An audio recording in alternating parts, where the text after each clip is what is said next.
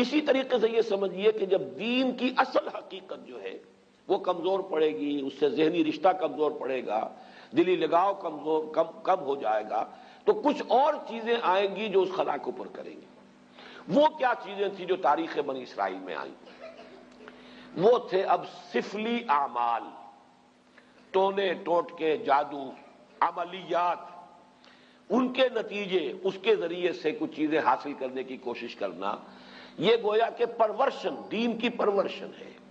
یہ وہ آکلٹ سائنسز جو ان کے ہاں پھر شروع ہوئی، ان کی دلچسپیاں ان چیزوں کے ساتھ ہوتی چلی گئیں۔ یہاں اب بقیہ جو حصہ ہے، اگرچہ یہ بہت طویل آیت ہے جو آ رہی ہے پہلی، لیکن بہرحال اس میں 2 آیتوں پر ہی بقیہ رکوع مشتمل ہے، جس میں سے پہلی آیت بہت طویل ہے۔ یہ ہے وہ شے پھر جو خود ہمارے ہاں بھی آپ دیکھیں گے کہ پھر مذہب کا تعلق جو ہے وہ ان چیزوں کے ساتھ رہ جاتا ہے۔ وہ عملیات ہیں، وہ ٹونے ٹوٹکے ہیں، وہ خاص قسم کے جو ہے وہ اعمال قرآنی پر آپ کو پوری پوری کتابیں مل جائیں گی۔ فلاں کام کے لیے اس آیت کا ورد کرو، اور فلاں کام کے لیے جو ہے اس کا چلا کھینچو، اور فلاں کے لیے وہ قرآن مجید پھر اب وہ کتاب ہدایت نہیں، وہ کسی ریولیوشن کا مینول نہیں رہا۔ وہ قرآن مجید جو ہے وہ انسانی زندگی کے پیچیدہ مسائل کے حل کے لیے ادھر رجوع نہیں ہو رہا ہے، بلکہ وہ یہ کہ یہ جو آپ کی ضروریات ہیں یا کوئی اپنے مشکلات ہیں ان کے حل کے لیے اب اس کو ایک ذریعہ بنا کر وہ عملیات، اس کے حوالے سے قرآن مجید جو ہے وہ گویا کہ مسلمانوں کی دلچسپی کا موضوع بنا۔ تو گویا کہ جیسا کہ میں نے عرض کیا تھا کہ یہ ساری چیزیں وہ بتائی جا رہی ہیں کہ جو وہاں ہوئی ہمارے ہاں بھی ہوئی ہیں۔ جیسے کہ حضور نے فرمایا تھا صلی اللہ علیہ وسلم، لَتَتَّبِعُنَّ سُنَنَ مَنْ كَانَ قَبْلَكُمْ، تم لازماً ان لوگوں کی پیروی کرو گے کہ جو تم سے پہلے تھے، یہاں تک کہ اگر وہ گوہ کے بل میں گھسے تھے تو تم بھی گھسو گے۔ اور اس سے بھی آگے بڑھ کر آپ نے بات کہی، میں اسے نہیں دہرا رہا ہوں دوبارہ، بار بار میں بیان کر چکا ہوں۔ لوگوں نے پوچھا حضور کن کے بارے میں فرما رہے ہیں؟ کیا یہ الیہود والنصارى؟ آپ نے فرمایا فمن، وہ نہیں تو اور کون؟ جو گمراہیاں ان کے آئیں تمہارے ہاں بھی آئیں گی، جو ان کو مغالطے ہوئے تمہارے ہاں بھی ہوں گے، جو من گھڑت عقائد انہوں نے ایجاد کر لیے تھے تم بھی ایجاد کرو گے۔ اور دوسری حدیث وہ ہے کہ جو حالات ان پر وارد ہوئے وہ تم پر بھی وارد ہوں، جیسے عذاب کے کوڑے ان پر پڑے تم پر بھی پڑیں گے، جیسے اللہ تعالیٰ کی طرف سے سرزنش ان کو ہوئی ہے مختلف مراحل پر ان کی تاریخ کے دوران تمہیں بھی ہوگی۔ وہ تو پھر ایک مستقل موضوع ہے جس پر کہ یہ 2 سابقہ اور موجودہ امتوں کا ماضی، حال اور مستقبل نامی جو میری اس وقت موجود کتاب ہے اس میں اس کی تفصیل موجود ہے۔ بہرحال اب آئیے اس کا مطالعہ کیجیے۔ وَاتَّبَعُوا مَا تَتْلُو الشَّيَاطِينُ عَلَىٰ مُلْكِ سُلَيْمَانَ۔ اب دیکھیے وَاتَّبَعُوا، جب انہوں نے کتاب کو چھوڑا، دی تو گئی تھی کتاب اور کہا گیا تھا اسے مضبوطی سے تھامو، یہ میثاق جب لیا گیا ان سے، خُذُوا مَا آتَيْنَاكُمْ بِقُوَّةٍ، یہ کتاب ہم نے تمہیں دی ہے اسے مضبوطی کے ساتھ پکڑ رکھو۔ جب کتاب کو چھوڑا تو جو خلا پیدا ہوا، وَاتَّبَعُوا مَا تَتْلُو الشَّيَاطِينُ عَلَىٰ مُلْكِ سُلَيْمَانَ، پیروی کی انہوں نے، اتباع کیا انہوں نے اس شے کا کہ جس کی پیروی کر رہے تھے، جس کے پیچھے پڑے ہوئے تھے، جس کا اتباع کر رہے تھے شیاطین، اور شیاطین سے مراد یہاں جنات ہیں، سرکش جنات۔ علی ملک سلیمان، علی ملک سلیمان سے مراد ہے علی عہد ملک سلیمان، سلیمان کی حکومت کے دوران، اس دور میں شیاطین جن چیزوں کے ساتھ دلچسپی رکھتے تھے، جو ان کے معمولات تھے، انہوں نے اس کا اتباع کیا، اس کی پیروی کی۔ اب اس کو نوٹ کر لیجئے کہ چونکہ حضرت سلیمان علیہ السلام کے بارے میں ہمیں معلوم ہے کہ جنات پر اللہ تعالیٰ نے انہیں تسلط عطا کیا تھا، ان کی حکومت اس اعتبار سے تاریخ انسانی میں اس کی کوئی دوسری نظیر نہیں ہے۔ ایک مقام پر قرآن مجید میں ان کی دعا بھی یہ نقل ہوئی ہے کہ اللہ مجھے وہ حکومت عطا فرما جو کسی اور کو تو عطا نہ کرے۔ اللہ تعالیٰ نے ان کی دعا قبول کی ہے۔ تو جہاں تک تو ملکی تعلق ہے، دنیا کی عام سلطنت کے اعتبار سے ان کی سلطنت کو بہت بڑی سلطنت نہیں تھی، ان کی سلطنت کی حدود یہی تھے، دریائے نیل سے لے کر دریائے فرات تک، اور اسی کو یہ لوگ اسی لیے کہتے ہیں کہ ہماری میراث ہے، یہ گریٹر اسرائیل جو ہے وہ نائل ٹو یوفریٹ، یہ ہے ہمارا، یہ علاقہ ہے، یہ ہماری میراث ہے، یہ یہاں پر گریٹر اسرائیل قائم کر کے رہیں گے۔ تو حضرت سلیمان علیہ السلام کی حدود مملکت تو کوئی ایسی لمبی چوڑی نہیں، دنیا میں اس سے بڑی بڑی سلطنتیں رہی ہیں، رومن امپائر اس سے کہیں بڑی رہی ہے،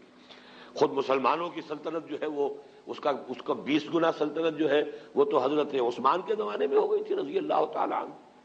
اسی طریقے سے یہ سلطنت عثمانیہ جو آٹومان امپائر وہ کہیں بڑی تھی، لیکن یہ کہ اس کی جو نظیر جو نہیں ہے کسی اعتبار سے، جو کنٹرول انہیں ہوا پر دیا گیا، یعنی عناصر فطرت کے اوپر بھی جو کنٹرول دیا گیا، اسی طریقے سے جنات پر جو کنٹرول دیا گیا، اسی طریقے سے حیوانات پر، پرندوں پر، ان کو بھی استعمال کرنا، ان کی بولیاں جو ہیں ان کو بھی سمجھنا، یہ چیزیں ہیں در حقیقت ڈائمنشنز جو ہیں ان کے، جو اللہ تعالیٰ نے اقتدار انہیں عطا کیا تھا، اس کے ڈائمنشنز اتنے ہیں ملٹی ڈائمنشنل کہ اس کی کوئی دوسری نظیر نہیں ہے تاریخ انسانی کے اندر موجود۔ بہرحال اسی میں چونکہ یہ جنات بھی تھے، اس وقت گویا کہ انسانوں کا اختلاط ان جنات کے ساتھ رہا ہے، اور ان جنات کے اندر جہاں سرکش تھے، ویسے تو یہ کہ وہ سرکش بھی اس وقت تو ان کے تابع تھے، قرآن مجید میں موجود ہے، مقررین بالاسفار، وہ زنجیروں کے اندر جکڑے ہوئے ہوتے تھے جبکہ کام ان سے لیا جا رہا تھا۔ وہ تو اللہ تعالیٰ نے خصوصی ایک معجزانہ غلبہ ہے جو حضرت سلیمان علیہ السلام کو ان پر عطا کیا تھا، لیکن ان کا جو اختلاط رہا انسانوں کے ساتھ، اس میں ان شیاطین جن نے یہ عملیات اور سفلیات اور یہ دھندے جو ہے، یہ ان کے ہاں گویا کہ چھوت لگ گئی ان چیزوں کی بنی اسرائیل کو اسی زمانے میں۔ وَاتَّبَعُوا مَا تَتْلُو الشَّيَاطِينُ، یہ لفظ تتلو کو بھی سمجھ لیجئے، یہ تلاوت کا لفظ بھی اسی سے ہے، تلا یتلو تلاوتن، اس کے معنی پڑھنا،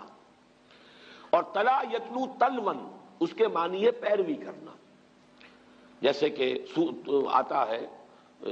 چاند جو ہے وہ گویا کہ پیچھے پیچھے آتا ہے سورج کے، والشمس وضحاها والقمر اذا تلاها، تلاها سورج کے پیچھے آ رہا ہے، تو اتباع کرنا، پیچھے پیچھے چلنا۔ اور جب ہم تلاوت کرتے ہیں تو گویا کہ دونوں معنی موجود ہوتے ہیں، اس لیے کہ تلاوت میں آپ پڑھ رہے ہیں، وہ تو تلا یتلو تلاوتن ہو گیا، اور تلاوت میں آپ ٹیکسٹ کو فالو کر رہے ہوتے ہیں، بلکہ بعض لوگ جو ہیں تو آپ نے دیکھا ہوگا ان کی انگلی بھی ساتھ ساتھ چل رہی ہوتی ہے، تو گویا کہ وہ ساتھ ساتھ ٹیکسٹ کو فالو کر رہے ہیں، تو یہ دونوں جو مفہوم اس میں شامل ہیں۔ وَاتَّبَعُوا مَا تَتْلُو الشَّيَاطِينُ عَلَىٰ مُلْكِ سُلَيْمَانَ، حضرت سلیمان علیہ السلام کے عہد حکومت میں شیاطین جن چیزوں کے اندر مصروف اور مشغول رہتے تھے، جو ان کے مشغلے تھے، جو ان کی دلچسپیاں تھیں، جس کی وہ پیروی کرتے تھے، اسی کی پیروی کی یہودیوں نے بھی، اور انہی سفلی اعمال کا جو ہے ان کے ہاں چرچا ہو گیا، چلن ہو گیا۔ وَمَا كَفَرَ سُلَيْمَانُ وَلَٰكِنَّ الشَّيَاطِينَ كَفَرُوا، یہاں پر یہ آگے بات بڑھانے سے پہلے اللہ تعالیٰ نے ایک وضاحت فرما دی ہے، اور سلیمان نے ہرگز شرک نہیں کیا، کفر نہیں کیا، بلکہ در حقیقت وہ کفر کرنے والے شیاطین تھے۔ وما کفر سلیمان ولکن الشیاطین کفروا، اور شیاطین تھے جنہوں نے کفر کیا، یعنی اگر اس کی نسبت سلیمان کی طرف کی جا رہی ہے تو غلط ہے۔ آپ کے علم میں ہوگا کہ ہمارے ہاں آج تک بھی یہ جو اعمال وغیرہ ہوتے ہیں نقش سلیمانی کے نام سے خاص تعویذ ہوتے ہیں، یہ وہی روایت چلی آ رہی ہے، حضرت سلیمان علیہ السلام کی طرف منسوب کیا انہوں نے، اور یہودیوں نے خاص طور پر بڑا بڑا ان کے اوپر الزام لگائے ہیں حضرت سلیمان علیہ السلام پر، اور ان کو جادوگر قرار دیا ہے۔ چنانچہ میں یہاں پہ آپ کو مولانا عبد الماجد دریابادی نے جو حوالے دیے ہیں، سلاطین جو ایک یعنی جو چیپٹر ہے تورات کا، اس میں حضرت سلیمان کے بارے میں یہ الفاظ موجود ہیں، اور جب سلیمان بوڑھا ہوا تو اس کی جوروؤں نے اس کے دل کو غیر معبودوں کی طرف مائل کر دیا، اور اس کا دل اپنے خدا کی طرف سے کامل نہ تھا۔ یہ بات حضرت سلیمان کے بارے میں تورات کہہ رہی ہے، معاذ اللہ۔ قرآن مجید میں آپ دیکھیں گے اکثر و بیشتر ایسے جب جملے آ جاتے ہیں کہ جیسے کہ بات چلتے چلتے اچانک ایک بات اللہ تعالیٰ فرما دیتے ہیں، اور اس وقت وہ آدمی کو اگر معلوم نہ ہو تو حیران بھی ہوتا ہے کہ اس بات کے کہنے کی یہاں چندہ ضرورت نہیں تھی۔ جیسے سورہ قاف میں ہے، ہم نے آسمان اور زمین اور جو کچھ ان کے مابین ہے 6 دنوں میں پیدا کیا، وما مسنا من لغوب، اور ہمیں کوئی تکان نہیں طاری ہوئی، ہم پر کوئی تکان طاری نہیں ہوئی۔ مسلمان اس کو پڑھتے ہوئے حیران ہو جائے گا کہ کون شخص ہوگا جو یہ گمان کر سکتا ہے کہ اللہ کو تکان بھی لاحق ہو سکتی ہے۔ تو ایسی بات کی تردید کی ضرورت کیا ہے؟ یہ بات کھلتی کب ہے؟ جب آپ تورات پڑھیں، وہاں لکھا ہوا ہے کہ اللہ تعالیٰ نے آسمان اور زمین 6 دن میں پیدا کیے اور 7ویں دن آرام کیا۔ اب یہ جو آرام کا تصور ہے، یہی ہے در حقیقت ویکینڈ جو چلا آ رہا ہے ان کے ہاں، یہ 6 دن کام کرو 1 دن آرام کرو، یہ تصور پوری مغربی تہذیب کا ویکینڈ کا تصور یہ ہے۔ کہ اللہ نے بھی آسمان اور زمین 6 دن میں پیدا کیے اور پھر 7ویں دن جو ہے اس نے آرام کیا، گویا کہ تکان لائق ہوئی۔ وہاں پر اب وہ چلتے چلتے وَلَقَدْ خَلَقْنَا السَّمَاوَاتِ وَالْأَرْضَ وَمَا بَيْنَهُمَا فِي 6 أَيَّامٍ وَمَا مَسَّنَا مِن لُغُوبٍ، ہمیں کوئی تکان طاری نہیں ہوئی۔ اسی طرح کا معاملہ یہاں ہے کہ چونکہ تورات کے مرتبین نے یہ سب کچھ کیا ہے، حضرت سلیمان علیہ السلام کے بارے میں تو میں آپ کو ایک اور جملہ سناتا ہوں، کیونکہ امام طبری نے اپنی اس جو ان کی علامہ ابن جریر طبری نے اپنی تفسیر میں اس کو نقل کیا ہے، وہ بھی میں سناؤں گا، لیکن ایک دوسرا اور بھی قول جو مولانا عبد الماجد دریابادی نے نقل کیا ہے، سو از بس کہ اس کا دل خداوند اسرائیل کے خدا کی جانب سے برگشتہ ہوا، اس لیے خداوند سلیمان پر غضبناک ہوا اور اس نے اسے حکم دیا تھا کہ وہ اجنبی معبودوں کی پیروی نہ کرے، پر اس نے اپنے خداوند کے حکم کو یاد نہ رکھا۔ وہی کنگز سلاطین نامی جو چیپٹر ہے اولڈ ٹیسٹمنٹ کا، اسی سے یہ دونوں میں نے آپ کو حوالے سنائے ہیں۔ اس کی نفی ہے جو قرآن نے یہاں کیا ہے، وَمَا كَفَرَ سُلَيْمَانُ وَلَٰكِنَّ الشَّيَاطِينَ كَفَرُوا۔ سلیمان تو ہمارے بندے، ہمارے نبی اور ہمارے پسندیدہ بندے، ان کی طرف اس طرح کی نسبت کرنا جو ہے یہ غلط ہے۔ یہ شیاطین تھے، وہاں جنات تھے، اس وقت چونکہ رہا اختلاط، انہوں نے یہ سارا جو ہے کفر پھیلایا اور یہ سارے سفلی علوم جو ہے وہ ان کے ذریعے سے یہودیوں کے اندر سرایت کر گئے۔ یہاں میں علامہ ابن جریر طبری کا بھی حوالہ آپ کو سنا دوں۔ قال بعض احبار الیہود، علامہ ابن جریر فرماتے ہیں کہ یہود کے بڑے بڑے علماء میں سے بعض نے یہ کہا ہے، وہ یہ کہتے تھے آپس میں، الا تعجبون من محمد، آپس میں گفتگو کرتے ہیں، تمہیں تعجب نہیں ہوتا محمد پر صلی اللہ علیہ وسلم، یزعم ان ابن داؤد کان نبیا، وہ یہ بتا رہا ہے، کہہ رہا ہے محمد صلی اللہ علیہ وسلم کہ ابن داؤد یعنی حضرت داؤد کے بیٹے تھے حضرت سلیمان، وہ نبی تھے۔ وما کان الا ساحرا، وہ تو سوائے ایک جادوگر کے کچھ تھا ہی نہیں۔ سلیمان کی یہ شان ہے جو تورات کے یہ مرتبین جو ہے انہوں نے اپنے ہاں درج کی ہوئی، تو اس کی نفی قرآن مجید نے یہاں کی ہے۔ جہاں جہاں موقع ملتا ہے، جو بھی پردے ڈال دیے گئے تھے انبیاء کی سیرت و کردار پر یا داغدار کر دیا گیا تھا، قرآن مجید نے ان داغوں کو دھبوں کو دھویا ہے، اور اس کا بھی ایک خاص سبب تھا اصل میں، کیوں بنی اسرائیل نے اپنے انبیاء کی سیرتوں کو داغدار کیا، اس کا سبب بھی سمجھ لیجئے۔ دیوانہ بکار خیش ہوشیار یہ بغیر کسی سبب اور بغیر کسی مقصد کے نہیں تھا۔ جب ان کے علماء کے اندر اخلاقی زوال آیا، انحطاط آیا، اب لوگ ان پر انگلیاں اٹھاتے تھے کہ تم اتنے بڑے عالم ہو کر، اتنے بڑے مذہبی رہنما ہو کر یہ تمہاری حرکت۔ انہوں نے اپنے دفاع میں نبیوں کے اوپر اس طرح کے چھینٹے اڑا کر کہ یہ تو ہوتا ہی ہے، جب نبی ایسے تھے تو اگر ہمارے ذریعے سے کچھ ہو گیا تو کون سی بڑی بات ہو گئی، ہم تو پھر نبی بھی نہیں ہیں۔ یہ اپنے آپ کو بچانے کے لیے در حقیقت، اور یہ اس کی مثالیں اور بھی تاریخ میں آپ کو ملیں گی، میں زیادہ تفصیل میں اس وقت نہیں جانا چاہتا، لیکن اس وقت صرف یہ وضاحت میں کرنا چاہتا تھا کہ وما کفر سلیمان ولکن الشیاطین کفروا یعلمون الناس السحر، وہ لوگوں کو سحر سکھاتے تھے۔ اب یہ سحر جو ہے جو کہ شریعت محمدی صلی اللہ علیہ وسلم میں یہ کفر ہے، آگے آ جائے گا، اس کی وضاحت کی گئی ہے۔ جادو ہے تو حقیقت، لیکن جادو کرنا کفر ہے، اگرچہ اس میں اختلاف ہمارے بعض فقہا کا ہے کہ آیا سیکھا بھی جائے یا نہ جائے، یعنی اس لیے کہ بعض اوقات توڑ کرنا پڑتا ہے کسی جادو کا، تو اگر آپ اس فن کے واقف نہیں ہوں گے تو آپ اس کا توڑ کیسے کریں؟ اس حوالے سے تو رائے ہے کہ اس کی معلومات اس کے بارے میں حاصل کی جا سکتی ہیں، لیکن بعض فقہا کے نزدیک اس کا سیکھنا کرنا تو ہے ہی ہے کفر، اس میں تو شک ہے ہی نہیں، خود جادو کرنا، لیکن جادو کا علم حاصل کرنا یہ بھی کفر ہے، یہ بھی ممنوع ہے، یہ بھی حرام ہے، اس لیے کہ ظاہر بات ہے کہ وہ ذریعہ کفر بننے والی شے ہے۔ یعلمون الناس السحر، اس کی اصل حقیقت کیا ہے وہ میں ذرا تھوڑی دیر میں آگے جو موضوع آ رہا ہے اس کے حوالے سے بات کروں گا۔ وما انزل علی الملکین ببابل ہاروت و ماروت، یہ ماں جو ہے اس کا عطف ہے واتبعوا ما تتلو الشیاطین، وہ ماں جو آیا تھا انہوں نے پیروی کی اس شے کی جو شیاطین جن جس مشغلوں کے اندر مصروف رہے تھے ان کی پیروی کی، اسی ماں پر، وما یعنی جو انہوں نے پیروی کی تھی ان کی، کہ جو حضرت سلیمان علیہ السلام کے زمانے میں شیاطین جو کچھ سکھاتے تھے اس کی پیروی کی، وما انزل علی الملکین ببابل ہاروت و ماروت، اور پیروی کی انہوں نے اس کی جو نازل کیا گیا 2 فرشتوں پر جو ہاروت اور ماروت تھے بابل میں۔ یہاں پہلے میں چاہتا ہوں کہ جو مختلف آراء ہیں وہ بیان کر دوں۔ یہ ملکین جو ہے لام کے زبر کے ساتھ، یہ ہے ہماری جو معروف اور مشہور قرات ہے، دو فرشتے۔ لام کی زیر کے ساتھ اس کے معنی ہو جائیں گے دو بادشاہ۔ یہ دونوں قراتیں سلف میں موجود ہیں۔ جو لوگ اس کو ملکین پڑھتے ہیں اس کا مطلب یہ ہے کہ بابل کے دو بادشاہوں کا ذکر یہاں ہو رہا ہے کہ ان کا یہ شغل تھا جو بھی تھا، جس کا تذکرہ میں بعد میں کروں گا کہ کیا شغل تھا، لیکن ابھی صرف یہ نوٹ کر لیجئے کہ ہمارے ہاں کی مشہور قرات ملکین ہے، اور تقریباً مفسرین کا اجماع اس پر ہے کہ ملکین ہے، یہ فرشتے ہیں دو کہ جو بابل میں اتارے گئے تھے۔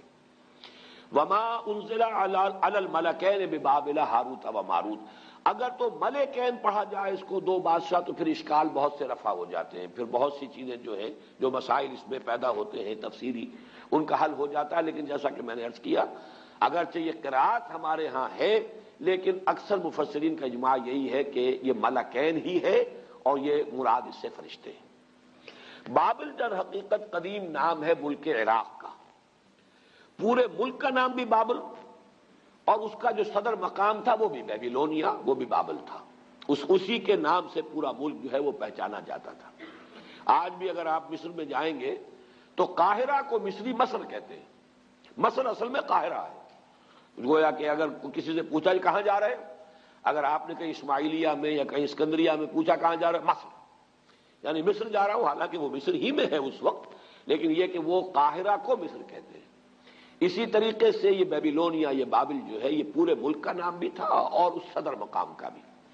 یہ صدر مقام جو ہوتا تھا یہ آج کے بغداد سے 60 میل جنوب میں اسی دریائے فرات کے کنارے پر یہ شہر آباد تھا بیبیلونیا۔ تو در حقیقت وہاں چونکہ اب یہ ذہن میں رکھیے کہ فلسطین مغرب میں ہے، شام کا علاقہ ہے، یہ عراق جو ہے یہ اس کے مشرق میں ہے، اس سے مشرق میں پھر ایران ہے۔ ان تین ملکوں کے ساتھ جو ہے معاملہ رہا ہے یہود کی تاریخ کا، کہ یہود پر جب نبوکدنضر جو تھا وہ بادشاہ تھا بیبیلونیا کا، عراق کا، اس نے حملہ کیا تھا 6 صدی قبل مسیح میں، اور اس کے بعد جو اس نے یہ یوں سمجھیے کہ تقریباً حضرت سلیمان علیہ السلام کے 300 برس بعد،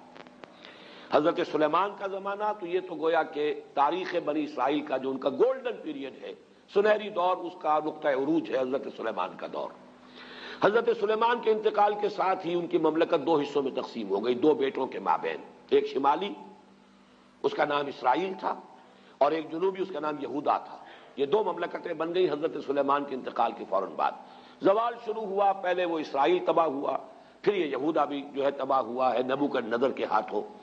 اور ہیکل سلیمانی مسمار ہوا، 6 لاکھ آدمی اس نے قتل کیے، یہودی 6 لاکھ کو قیدی بنا کر لے گیا۔ یہ جو قیدی بنا کر لے کر گیا ہے، اور یروشلم میں ایک متنفس باقی نہیں رہا۔ یہ کیپٹیوٹی کا دور جو تھا، اس دور میں انہوں نے جو عراق میں جادو والا معاملہ تھا یہ وہاں پر جا کر سیکھ لیا۔ گویا کہ 2 آتشاں ہو گیا یہودیوں کا معاملہ، یہ جنتر منتر، جادو، عملیات، سفلیات، آکلٹ سائنسز ان کی جتنی تھی۔ ایک تو یہ کہ جو پہلے سے فلسطین میں موجود تھا یہ معاملہ، یہ انہوں نے وہاں سے شروع کیا۔ حضرت سلیمان کے زمانے میں ان جنات سے سیکھ لیا۔ اب ظاہر بات ہے کہ مکھی کی سرشت ہے، وہ گندگی پر بیٹھتی ہے، جن کی مزاج کے اندر گندگی ہے وہ تو جہاں سے بھی ہوگا گندگی اس کو حاصل کر لیں گے۔ حضرت سلیمان کے زمانے میں وہ شیاطین جن سے حاصل کیا۔ اب کیپٹیوٹی کے دور میں انہوں نے مزید جو ہے عراق میں بھی جو بہت بڑا گڑھ تھا اس قسم کی چیزوں کا، وہاں سے بھی انہوں نے سیکھا۔ تو گویا کہ یہ تمام چیزیں ان کے اندر رچ بس گئیں، ان کی شخصیتوں کے اندر، ان کے مزاج میں، جسے ہم محاورے میں کہتے ہیں گھٹی میں پڑ گئی۔ وما انزل علی الملکین ببابل ہاروت و ماروت، اور انہوں نے پیروی کی اس کی جو نازل کیا گیا 2 فرشتوں پر جو بابل میں تھے، ہاروت اور ماروت۔ اب یہ کہ وہ کیا نازل کیا گیا، اس مسئلے کو سمجھ لیجئے۔ ایک رائے تو یہ ہے ہمارے ہاں، ایک تو خیر قصہ بیان ہوتا ہے، وہ قصہ تو ہمارے اکثر مفسرین نے، وہ یہود کی خرافات میں سے ہے، اس کو سب نے رد کیا ہے، لہذا میں اس کا تذکرہ بھی نہیں کرنا چاہتا۔ عام طور پر جو بات کہی جاتی ہے وہ یہ ہے کہ اللہ تعالیٰ کی چونکہ ایک سنت ہے کہ کسی قوم پر عذاب سے پہلے پھر آخری امتحان، کوئی آخری ٹیسٹ، آخری فتنہ، کہ جس سے ان کے اندر کتنی کچھ خباثت آ چکی ہو وہ ظاہر ہو جائے. اس کے لیے آزمائش کے لیے اللہ تعالیٰ مختلف صورتیں پیدا فرماتے ہیں. جب ان کے ہاں ان چیزوں کا رواج بہت ہو گیا تو اللہ تعالیٰ نے 2 فرشتوں کو انسانی شکل میں بھیجا، اور وہ فرشتے جو ہیں وہ ان کو کچھ وہ جادو وغیرہ کی تعلیم دیتے تھے، لیکن کہہ دیتے تھے دیکھو یہ کفر ہے، ہم فتنہ ہیں، مت سیکھو. لیکن یہ کہ اگر سیکھنا چاہتے ہو تو ٹھیک ہے، اگر تمہاری طلب یہی ہے، تاکہ معلوم ہو جائے کہ ان کی طلب کس شے کی ہے، ان کی اپنی فطرت کس درجے مسخ ہو چکی ہے. اتمام حجت کے لیے کہ بات واضح ہو جائے، جیسے کہ قرآن مجید میں آتا ہے مختلف مواقع پر کہ اللہ تعالیٰ ان کی رسی دراز کر رہا ہے. کیوں کر رہا ہے؟ تاکہ جو ان کا خبث باطن ہے پورے طور پر ظاہر ہو جائے، تاکہ پھر یہ پوری طرح سزا کے مستوجب ہو جائیں، مستحق ہو جائیں. جو سزا ملے وہ واقعتاً ثابت ہو کہ یہ ان کی خباثت اسی درجے کی تھی کہ اتنی سزا انہیں ملنی چاہیے تھی. اس معنی میں گویا کہ آزمائش کے طور پر، چنانچہ یہاں کے الفاظ پڑھ لیجئے، وَمَا يُعَلِّمَانِ مِنْ أَحَدٍ، اور وہ نہیں سکھاتے تھے کسی کو کچھ بھی، حتیٰ یقولا، یہاں تک کہ وارن کر دیتے تھے، انما نحن فتنۃ فلا تکفر، ہم فتنہ ہیں، آزمائش ہے، تو تم کفر مت کرو، کفر مت سیکھو، کفر سے دلچسپی نہ رکھو. لیکن ان کا حال کیا تھا؟ فَيَتَعَلَّمُونَ مِنْهُمَا، وہ سیکھتے تھے وہ لوگ ان دونوں سے، ان فرشتوں سے، مَا يُفَرِّقُونَ بِهِ بَيْنَ الْمَرْءِ وَزَوْجِهِ، جس سے تفریق کر سکے وہ کسی شخص اور اس کی بیوی کے مابین. اب سفلیات کا علم جو ہے وہ تو آپ کو معلوم ہے آج بھی جادو ٹونے ٹوٹکے انہی چیزوں میں چلتے ہیں. کسی کے گھر کو اجاڑنا ہے، کسی کے ہاں اولاد نہیں ہو رہی ہے تو وہ دوسرے کے ہاں کی اولاد جو ہے وہ بھی اس کو کھل رہی ہے، اس عورت کو، اس کی اولاد مر جائے اور مجھے اولاد جو ہے وہ مجھے ہو جائے. یہ سارے ٹونے ٹوٹکے جو عورتوں کے چل رہے ہوتے ہیں وہ اکثر و بیشتر انہی چیزوں کے اندر ہے. قرآن مجید نے بھی وہی جو سب سے زیادہ دکھتی ہوئی رکھ تھی اسی کو پکڑا ہے. فَيَتَعَلَّمُونَ مِنْهُمَا مَا يُفَرِّقُونَ بِهِ بَيْنَ الْمَرْءِ وَزَوْجِهِ، بجائے اس کے کہ گھروں کو آباد رکھیں، گھر ہنستا بستا ہے، شوہر اور بیوی کے مابین موافقت ہے، یگانگت ہے، گھر آباد ہے، تو بجائے اس کے کہ وہ اس کو دیکھ کر جو ہے خوش ہو، اس کے اندر کوئی فساد پیدا کرنا، کوئی اختلاف پیدا کرنا، ان کے درمیان کوئی دنگا اور لڑائی کی شکل پیدا کرنا، تفرقہ پیدا کر دینا. یہ بھی ہو سکتا ہے کہ کوئی شخص جو ہے کسی عورت کی سے خود شادی کا خواہش مند ہو اور اس کے لیے اس نے یہ سارے جو ہے ہتھ کنڈے کیے ہو. ما یفرقون بھی، اب بھی جو تعویذ بکتے ہیں محبوب قدموں میں آ کر گرے گا، تو وہ تو تعویذ جو ہے وہ انہی چیزوں کے لیے، تو وہ یہ تعویذ و گنڈوں کا کام جو ہے سب سے زیادہ جو اس میں ہاٹ کیکس کی طرح بکنے والے ہیں وہ تو ظاہر بات ہے اسی دھندے سے متعلق ہے. وَمَا هُمْ بِضَارِّينَ بِهِ مِنْ أَحَدٍ إِلَّا بِإِذْنِ اللَّهِ، حالانکہ نہیں تھے وہ ضرر پہنچانے والے کسی کو اس کے ذریعے سے مگر یہ کہ اللہ کے حکم سے. توحید کا تقاضا یہ ہے کہ کسی شے میں کسی تاثیر کو مستقل نہ مانا جائے جب تک کہ اللہ کا اذن نہ ہو. کسی شے میں تاثیر ہونا یہ اور چیز ہے. اللہ تعالیٰ نے آگ میں تاثیر رکھی ہے کہ وہ جلاتی ہے، لیکن اس کا جلانا بالفعل اللہ کے اذن پر منحصر ہے. اللہ نہیں چاہے گا نہیں جلائے گی آگ. تو اگر آگ سے اس کی صفت منفک ہو سکتی ہے، جدا ہو سکتی ہے، تو ظاہر بات ہے اور چیزیں جتنی بھی ہیں ان میں تاثیرات تو ہیں، لیکن ان تاثیرات کا بروئے کار آنا،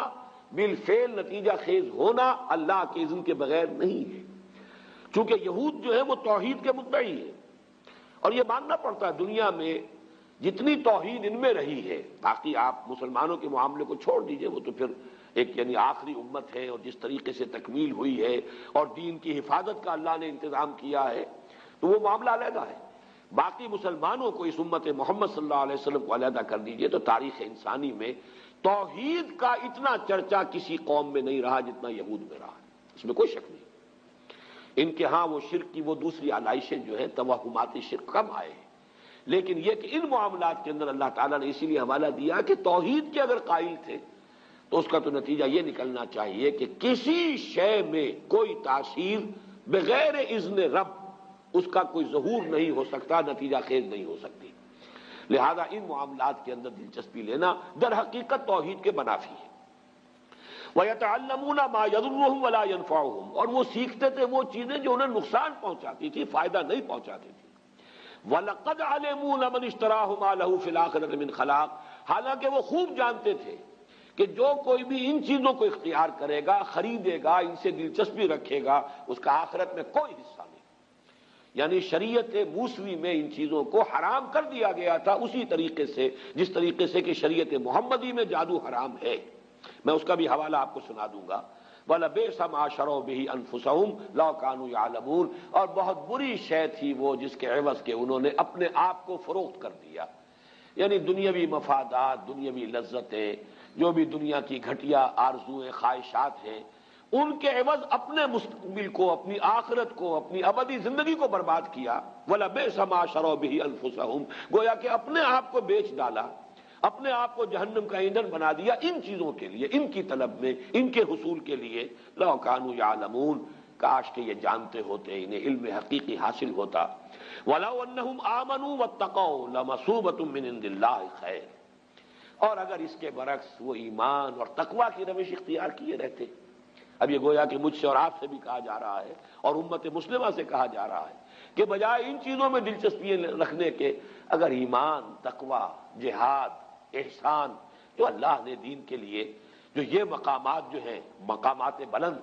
جو تمہارے لیے جن کا راستہ کھول دیا ہے، ان کی طرف توجہ رکھو، ان گھٹیا چیزوں کی طرف کوئی میلان نہ ہو، کوئی توجہ نہ ہو۔ وَلَوْ أَنَّهُمْ آمَنُوا وَاتَّقَوْا لَمَثُوبَةٌ مِّنْ عِندِ اللَّهِ خَيْرٌ، تو جو بدلہ اور ثواب اور اجر اللہ کی طرف سے ملتا کتنا بہتر ہوتا۔ لَوْ كَانُوا يَعْلَمُونَ، کاش کہ انہیں معلوم ہوتا۔ میں نے وہ جو عام اس کی جو ایک تفسیر ہے اس کے حوالے سے تو یہ بات پوری کر دی۔ اس موضوع پر یہ کہ کیا چیز تھی جو نازل کی گئی تھی فرشتوں پر، ہاروت اور ماروت پر، اگر انہیں فرشتے ہی مانا جائے جیسا کہ اکثر مفسرین کا اجماع ہے۔ اس موضوع پر میں سمجھتا ہوں کہ مولانا امین احسن اصلاحی صاحب نے جو رائے ظاہر کی ہے وہ بہت مضبوط ہے، قوی ہے، اور وہ یہ ہے کہ اصل میں ایک علم وہ بھی ہے جسے ہم کلمات کی تاثیرات کا علم کہتے ہیں، روحانی اثرات۔ جیسے مادی چیزیں ہیں، میٹر ہے، فزیکل کمپاؤنڈز ہیں، کیمیکل کمپاؤنڈز ہیں، ہر شے کی اپنی پراپرٹیز ہیں، ان کی تاثیرات ہیں۔ ایسی کلمات کے بھی کچھ خواص ہیں۔ جیسے آپ کو معلوم ہے ساؤنڈ ہے، آواز ہے، اس کی اپنی ایک تاثیر ہے۔ ایک آواز ہے کہ جس سے طبیعت کے اندر انشراح پیدا ہو جاتا ہے، خوشی ہوتی ہے۔ آخر یہ موسیقی میں کیا ہوتا ہے؟ وہی آواز ہے، کسی اور آہنگ میں آئی ہے، دل افسردہ ہو جاتا ہے، غم کی کیفیت طاری ہو جاتی ہے آواز۔ آواز ہی کی تاثیر وہ بھی ہے، آواز ہی کی تاثیر یہ بھی ہے۔ اسی طریقے سے کلمات، ان کی کچھ تاثیرات ہیں۔ ایک تو معنی ہے، اس لفظ کے یہ معنی ہے، اس لفظ کے یہ معنی ہے، اس لفظ کے یہ معنی ہے، اس لیے کہ ہم نے ان الفاظ کو وضع کیا ہے کچھ چیزوں کا مسمى بنا کر۔ یہ گھڑی ہے، یہ اینک ہے، لیکن یہ کہ ان کلمات کی کوئی روحانی تاثیرات بھی ہیں بالفعل، ان کا انکار نہیں کیا جا سکتا۔ ان تاثیرات کا استعمال ہے کہ جو ان اعمال کے اندر ہوتا ہے، ان تاثیرات کو، ان کی جو ظاہر بات ہے کہ اسی کو غلط استعمال جادو کی شکل میں ہوتا ہے، انہی کلمات کا استعمال ہے، ان کے اندر تاثیرات ہیں، ان کا ایک استعمال جادو کے لیے ہو رہا ہے۔ لیکن ایک زمانے میں ضرورت پیش آتی ہے، مختلف دور میں، جیسا کہ ہندوستان میں بھی ہمیں معلوم ہے کہ ایک حد تک یہ علم بھی دیا گیا یا لوگوں نے حاصل کیا دشمنوں کا اور مخالفوں کا توڑ کرنے کے لیے۔ ہندوستان میں جوگی، سنیاسی، انہوں نے جو بھی نفسیاتی ایکسرسائزز کی ہوئی تھی، جس طرح کی جو بھی چلہ کشی کی ہوئی تھی، اس سے جو بھی لوگوں کے اوپر اپنی روحانیت کا ایک جو ہے وہ فسوطاری کیا ہوا تھا، روب ڈالا ہوا تھا۔ اب ظاہر بات ہے کہ اس روب کو توڑے بغیر یہاں ہمارے صوفیہ اسلام کی تبلیغ نہیں کر سکتے تھے، لہذا انہوں نے ان چیزوں کا علم حاصل کیا ایک درجے میں، اور ان کو حاصل کر کے اور پھر ان کا جو ہے مقابلہ کر کے اور انہیں اس میدان میں بھی شکست دی، اور اس کے بعد یہ ہے کہ ان کے لیے راستے کھل گئے کہ پھر انہوں نے دین کو سمجھا اور دین کی طرف آئے، اور جو اصل دین ہے اس کی تعلیم بھی ان تک پہنچ گئی۔ اسی طریقے سے آپ کو معلوم ہے ہندوستان میں یہ قوالی کا رواج کیوں ہوا؟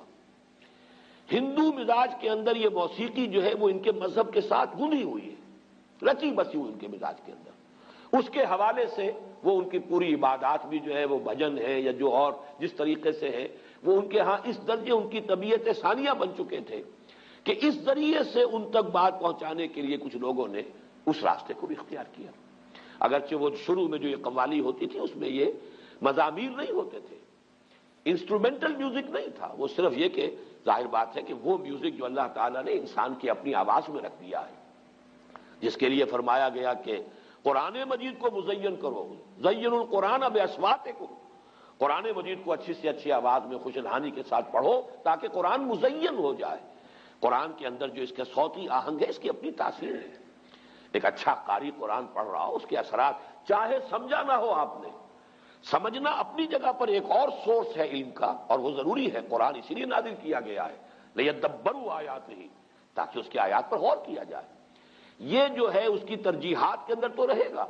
لیکن یہ کہ اس کی قرات کے اندر اپنی ایک تاثیر ہے، اس کا انکار کرنا درست نہیں ہے۔ اگر اس کی کوئی تاثیر نہ ہوتی تو اتنی تاکید نہ ہوتی۔ من لم یتغن بالقرآن فلیس منا، جو قرآن مجید کو اچھی آواز سے حسن صوت سے نہیں پڑھتا وہ ہم میں سے نہیں ہے، اس درجے تاکید۔ بلکہ جیسا کہ حضرت ابو موسیٰ اشعری رضی اللہ تعالیٰ عنہ کی تحسین فرمائی حضور نے کہ ایک رات آپ مدینے میں گلیوں میں جب آپ کچھ گشت فرما رہے تھے تو حضرت ابو موسیٰ اشعری رضی اللہ تعالیٰ عنہ وہ تہجد کی نماز میں قرآن پڑھ رہے تھے،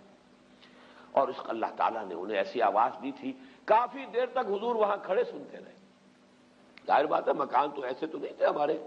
وہ تو ایک ایک کسی کا کمرہ، ایک ایک کوئی کوٹھڑی ہوتی تھی، حجرات تھے، اس کے اندر جو بھی وہ پڑھ رہے تو باہر گلی میں سنائی دے رہا ہے۔ صبح فجر میں جب ملاقات ہوئی ہے تو پھر حضور نے حضرت ابو موسیٰ سے پھر یہ فرمایا، یا ابا موسیٰ انک قد اوتیت مزمارا من مزامیر آل داؤد، اے ابو موسیٰ آپ کو تو تمہیں تو اللہ تعالیٰ نے آل داؤد کے سازوں میں سے ایک ساز عطا کیا ہے، یہ ساز جو ہے گلے میں تمہارے یہ ساز ہے، تو یہ جو فطری ساز تھا اصل میں اس کا استعمال کیا گیا تھا، اور اس کے ذریعے سے اس کا بہترین استعمال کیا گیا، بعد میں پھر اس کے اندر اضافے ہوتے چلے گئے۔ وہ میں موجودہ قوالی کو نہیں کہہ رہا، بلکہ جو آغاز تھا قوالی کا وہ اس انداز میں ہوا۔ اسی طریقے سے گویا کہ کچھ کلمات کی تاثیر اور اس کے جو خواص ہیں ان کا کوئی علم تھا جو ایک زمانے میں ان کو دیا گیا ہے، ورنہ جادو کے بارے میں تو جیسا کہ میں نے عرض کیا، یہ کتاب استثناء جو ہے، یعنی فلسطین میں صحرائے سینا میں جبکہ ابھی تھے بنی اسرائیل، حضرت موسیٰ علیہ السلام ساتھ تھے، اس وقت انہیں جو ہدایات کی گئی تھی ان میں سے یہ ہے، جب تو اس ملک میں جو خداوند تیرا خدا تجھ کو دیتا ہے پہنچ جائے تو وہاں کی قوموں کی طرح مکروہ کام کرنے نہ سیکھنا، تجھ میں ہرگز کوئی ایسا نہ ہو جو اپنے بیٹے یا بیٹی کو آگ میں چلوائے۔ اب دیکھیے یہ عمل آج بھی روافظ کے ہاں یہ آگ پر چلنے کا جو رواج ہے، بعض جو ہے اس طرح کے کرتب دکھائے جاتے ہیں، اور ظاہر بات ہے جو حالات جو ہیں اس سے آپ متاثر ہوتے ہیں، آگ کے اوپر انگاروں کے اوپر چل رہے ہیں، یہ اعمال کہاں سے چلے آ رہے ہیں؟ یہ حضرت موسیٰ علیہ السلام کو حضرت مسیح سے 1400 برس قبل یہ بتایا جا رہا ہے، تجھ میں ہرگز کوئی ایسا نہ ہو جو اپنے بیٹے یا بیٹی کو آگ میں چلوائے، یا فال گیری یا شگون نکالنے والا یا افسونگر یا جادوگر یا منتری یا جنات کا آشنا یا رمال یا ساحر ہو، کیونکہ وہ سب جو ایسے کام کرتے ہیں خدا کے نزدیک مکروہ ہیں، اور انہی مکروہات کے سبب سے خداوند تیرا خدا تیرے سامنے سے ان کو نکالنے پر ہے۔ یعنی یہ جو اصل میں فلسطین میں جو قوم آباد تھی، فلسطین حضرت یوشع ابن نون جوشع جو جانشین تھے حضرت موسیٰ علیہ السلام کے، ان کے ہاتھوں جب فتح ہوا ہے تو فلسطین میں جو قومیں اس وقت آباد تھیں ان میں یہ اعمال موجود تھے، لیکن ہوا یہی کہ انہوں نے جا کر وہاں پہ وہ اعمال ان سے سیکھے۔ پھر جب ان کا وہ دور آیا ہے کہ جب حضرت طالوت کو جالوت کے مقابلے کے لیے اللہ کے جو نبی اس وقت سموئیل نبی انہوں نے معین کیا ہے، تو جو اصلاحات ان کے ذریعے سے ہوئی ہیں، اور ساؤل اصل میں نام ہے تورات میں حضرت طالوت کا، ساؤل نے جنات کے آشناؤں اور افسوگروں اور جادوگروں کو ملک سے خارج کر دیا تھا، پرج ہوئی ہے۔ جو ان کا جو گولڈن پیریڈ شروع ہوا حضرت طالوت، حضرت داؤد، حضرت سلیمان، یہ 100 برس ہیں ان کے گولڈن پیریڈ کے، تو یہ پرج کر دی گئی تھی۔ لیکن پھر حضرت سلیمان علیہ السلام کے زمانے میں وہ جنات کے ساتھ جو ان کا خلا ملا ہوا، پھر وہ شیطانی اعمال، سفلی اعمال، وہ جادو، وہ ٹونے ٹوٹکے آ گئے، اور 2 عطشہ ہو گیا معاملہ یہ جب یہ عراق میں رہے، بیبیلونیا میں کیپٹیوٹی میں، حالت اسیری میں، پھر وہاں پر جو معاملہ اپنی انتہا کو پہنچا تو اللہ تعالیٰ نے پھر وہاں پر جو ہے ان فرشتوں کو جو معروف تفسیر ہے اس کے مطابق فتنہ بنا کر بھیجا، اور دوسری رائے جو مولانا اصلاحی صاحب کی ہے کہ اصل میں وہ فرشتوں پر جو چیز نازل کی گئی تھی، بہرحال وہ ساحری جادوگری نہیں ہو سکتی، بلکہ معلوم ہوتا ہے کہ انہی کلمات کے خواص کا علم تھا جو ایک زمانے میں ان کو اس لیے تلقین کیا گیا کہ اس کے ذریعے سے وہ دشمنوں کا توڑ کر سکیں، دشمنوں کا مقابلہ کر سکیں، اس کو صحیح مقصد کے لیے استعمال کر سکیں۔ لیکن جب ان کی ذہنیت مسخ ہوئی، انہوں نے اسی کو برے مقاصد کے لیے، غلط مقاصد کے لیے، جیسے دو دھاری تلوار ہے، آپ اسے کسی اچھے مقصد کے لیے بھی استعمال کر سکتے ہیں، لیکن جب آپ کی اپنی ذہنیت مسخ ہو جائے گی تو اسی کو آپ کسی غلط کام کے لیے استعمال کریں گے، تو پھر وہ ہوتے ہوتے وہ جادوگری اور وہ یہ سفلی اعمال اور آکلٹ سائنسز، ان سب کا معاملہ جو ہے ان کے ہاں رواج پا گیا۔ بس یہ وہ رائے ہے کہ جو میں نے سمجھا کہ وہ میں آپ کے سامنے لے آؤں۔ مجھے مولانا امین احسن اصلاحی صاحب کی اس رائے سے اتفاق ہے۔ باقی اب اصل میں یہ سمجھ لیجئے، جو میں نے اس بات شروع میں عرض کی تھی، علم کے بارے میں قرآن مجید جو واضح کرتا ہے وہ یہ ہے کہ علم صرف دو ہے، تیسری کسی شے کے پیچھے پڑنا یہ در حقیقت اللہ تعالیٰ کے حکم کی خلاف ورزی ہے، یہ جن کو آکلٹ سائنسز کہا جاتا ہے۔ اسی لیے حضور نے فرمایا جس کسی نے کسی نجومی کی بات کی تصدیق کی، اس نے میرے لائی ہوئی شے کی تکذیب کی۔ اب یہ چاہے وہ ہاتھوں کی لکیروں کا علم ہو، چاہے وہ اب ہمارے ہاں اس کو بھی سائنس کہہ دیتے ہیں، سائنس آف نمبر، اگرچہ جب اس کو واضح کریں گے تو پھر وہ آکلٹ سائنسز کا لفظ آتا ہے، اور یہ ہاروسکوپس بنے ہوتے ہیں، اور یہ جو ہر اخبار کے اندر چلے آ رہے ہیں، اور فلاں کا یہ ہے اور فلاں کا وہ ہے، یہ مختلف حوالوں سے جو ہے وہ قسمتیں ہیں، فال گیری ہے، یہ تمام چیزیں جو ہے در حقیقت یہ اس دائرے میں آتی ہیں کہ جن سے دلچسپی رکھنا گویا کہ دین کے مقاصد کے برعکس ہے۔ حضور کے وہ الفاظ ان سب کے اوپر آئیں گے، اگرچہ یہ سب غلط نہیں ہے، ان کے اندر تاثیرات ہیں، حقیقتیں ہیں۔ حقیقت ہونا کسی شے کا اور ہے، اور کسی شے کا جائز اور حلال ہونا اور ہے۔ جب قرآن مجید تو شراب کے بارے میں کہتا ہے کہ اس میں کچھ نفع بھی ہے، وَمَنَافِعُ لِلنَّاسِ، لوگوں کے لیے کچھ فائدے ہیں، لیکن اسمہما اکبر من نفعہما، ان کا گناہ کا پہلو جو ہے وہ ان کے نفع کے پہلے سے جوئے کا بھی اور شراب کا بھی وہ زیادہ ہے، لہذا وہ حرام کر دیے گئے۔ تو اسی اعتبار سے ان تمام چیزوں کے اندر جو بھی کوئی تاثیر ہے، کوئی ایفیکٹ ہے، کوئی ہے واقعتاً، وہ اپنی جگہ پر اس کی آپ نفی نہ کریں، لیکن ان سے دلچسپی رکھنا، اس کے پیچھے لگنا، اس میں یقین رکھنا، یہ چیزیں جو ہیں پھر انسان کے اندر جس طرح کا ایک وہمی سا مزاج پیدا کر دیتی ہے، پھر اس کے اندر سے وہ عمل کی جو ایک قوت ہے اور ایک ارادہ اور عزم، اس کو جس طریقے سے دیمک جو ہے لکڑی کو کھا جاتی ہے، اس طریقے سے یہ دلچسپیاں پھر انسان کے اندر سے اس عزم اور ارادے اور جد و جہد اور عمل، اس سے انسان کو جو ہے بیگانہ کر دیتی ہیں۔ تو ان کو ہمارے ہاں حرام قرار دیا گیا۔ تو علم دو کون سے ہیں؟ یا ایک علم وہ ہے جو آپ نے تجرباتی علم حاصل کیا، ان السمع والبصر والفؤاد کل اولئک کان عنہ مسئولا، اسی لیے وہاں فرمایا گیا ولا تقف ما لیس لک بہ علم، مت پیچھے پڑو، مت دلچسپی رکھو ان چیزوں سے جس کے لیے تمہارے پاس کوئی علم نہیں ہے، اس لیے کہ علم کے لیے اللہ تعالیٰ نے تمہیں جو ذرائع دیے ہیں، ان السمع والبصر والفؤاد کل اولئک کان عنہ مسئولا۔ اور اس مرتبہ جو منتخب نصاب کا درس میں نے مکمل کیا ہے، میں واضح کر چکا ہوں اپنی رائے کہ فؤاد کا ترجمہ جو عام طور پر دل کیا گیا، مجھے اختلاف ہے۔ میرے نزدیک فؤاد جو ہے در حقیقت وہ یہ عقل ہے۔ فائدہ ہوتا ہے کسی شے سے کوئی شے اخذ کر لینا۔ آپ نے دیکھا ہوگا پرانے زمانے کی کتابوں میں کوئی چیز لکھی گئی، اس کے بعد فے کا ایک نشان ڈال کر اب کوئی آگے جملہ آ رہا، فے یعنی فائدہ۔ اس بات سے یہ ایک نتیجہ یہ نکل رہا ہے، اس کو پلے باندھتے چلو، یہ فائدہ جو ہے یہاں سے حاصل کر لو پھر آگے بڑھو، تو وہ فے لگا ہوتا فائدہ کے لیے۔ فائدہ کیا ہے کہ آپ نے جو بھی سینس ڈیٹا آپ کو حاصل ہوا اور آپ نے اس کو پروسیس کر کے اسے نتیجہ نکالا، یہ ہے در حقیقت یہ فؤاد کا کام ہے۔ یہ ہے انسان کا ایکوائرڈ نالج، اکتسابی علم۔ دوسرا علم ہے وحی کا جو اللہ کی طرف سے گیون ہے، یہ ریویلڈ نالج ہے، اس کے لیے ہم قرآن اور سنت، اس لیے کہ سنت کو ہم سمجھتے ہیں کہ وحی جو ہے وحی جلی بھی ہے، وحی خفی بھی ہے۔ حضور صلی اللہ علیہ وسلم کو قرآن بھی دیا گیا ہے، اور اللہ تعالیٰ کی طرف سے آپ کو اور بھی وحی خفی ہوتی تھی، اور وہ آپ کو جو سنت سے جو چیز ثابت ہو جائے گی یا وہ ہے، اور یا پھر وہ شے جو ہمارے تجرباتی علوم اور ہماری عقل اور ہماری سمع اور بصر کے نتیجے میں جو چیز حاصل ہوئی۔ یہ دو علم ہیں، ولا تقف ما ليس لك به علم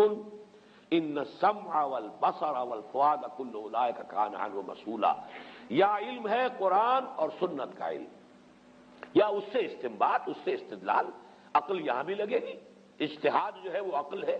قرآن اور سنت کی بنیادی جو چیزیں ہیں ان سے استنباط کرنا، استدلال کرنا، قیاس کر کے نئی صورتحال کے بارے میں حکم جو ہے اس سے نکالنا، یہ عقل کا استعمال ہو جائے گا. لیکن سورسز یا ریویل نالج، وحی خفی وحی جلی، لیکن وحی خفی نبی کی، کسی اور ولی اللہ کی وحی خفی جو ہے وہ حجت نہیں ہے. کوئی بڑے سے بڑا ولی ہو، بڑے سے بڑا اس کا کشف ہو، بڑی سے بڑی اس کو جو ہے وہ بشارت ہو گئی ہو، دین میں حجت نہیں ہے. حجت اللہ کی کتاب اور اس کے رسول صلی اللہ علیہ وسلم کی سنت. اور ادھر ان السمع والبصر والفؤاد، ان دو کے علاوہ تیسرا یہ سارا دائرہ جو ہے، یہ چاہے اپنی جگہ پر اس میں کوئی تاثیرات ہیں، حقیقت ہے، لیکن یہ کہ یہ چیزیں جو ہے ممنوع ہیں، جس کو کہ یہاں پر کفر کے درجے میں کہا گیا وما کفر سلیمان ولکن الشیاطین کفروا. اور جو آخری الفاظ تھے وَلَقَدْ عَلِمُوا لَمَنِ اشْتَرَاهُ مَا لَهُ فِي الْآخِرَةِ مِنْ خَلَاقٍ. میں نے آپ کو کتاب استثناء ڈیوٹرانومی کا وہ اقتباس بھی سنا دیا ہے، جو حضرت موسیٰ علیہ السلام کے زمانے میں انہیں کہہ دیا گیا تھا کہ ان چیزوں کی طرف نہ جانا، ان سے دلچسپی نہ لینا. ان کے علم میں تھا یہ